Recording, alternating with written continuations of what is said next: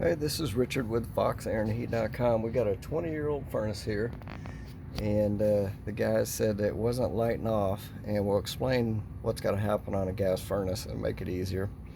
So what happens is you turn the thermostat on, you switch it to heat, and you crank the temperature up above whatever the set point is, and what it's going to do is it actually sends down this white wire. So your red wire is coming out, feeding down to the thermostat. It's going all the way down those wires. When you turn the heat on, it then comes back on one of these white wires. That's probably going outside. There's another outside thermostat coming in. So that white wire is going to come back 24 volts. It's going to go into a control board in there. And what it's going to do is the relay starts this, what they call this is an induced draft motor. It sucks air through the burners, pushes it through here, pushes it out the flue pipe. And then what happens is the minute that starts, there's an air switch over here. So that air switch has to be off. It can't have any pressure on it.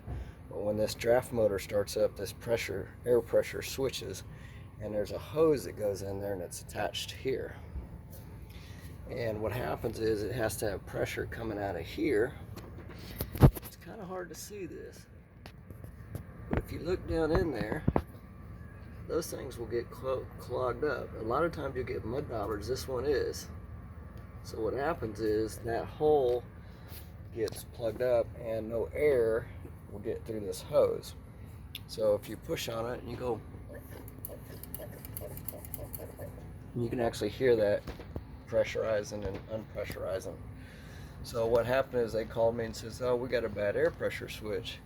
Well, if the draft motor is not working, air pressure switch won't work. If you got a crack in the heat exchanger, air pressure switch won't work. If you got a clogged flue pipe, air pressure switch won't work. So it could be a number of things. In this case, if you looked at that hole, you will see that it's totally plugged up. So the air pressure switch is actually working, but it can't get any air because the hole's plugged.